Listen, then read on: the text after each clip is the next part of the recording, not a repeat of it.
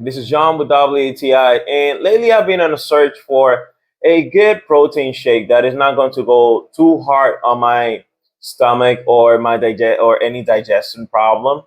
So the other day I saw this and I was like, what if I just try it? This is the OWYN chocolate flavor protein shake. So straight up ahead, great thing. 32 grams of protein, which means that this is going to be a great help for you if you're trying to bulk up or gain some muscle mass, because it's going to help you to reach your protein intake for the day or protein goals for the day.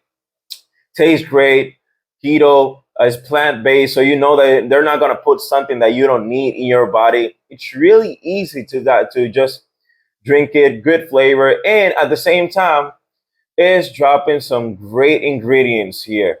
That is plant-based. It's not adding any weird sweeteners, or at the same time, you're drinking something that you don't really need. This is just what you need. So if you're looking for a light and at the same time easy to digest protein shake that is going to give you a high level of grams of protein while you're drinking the shake, this is great. This was John with WTI. That was my point of view.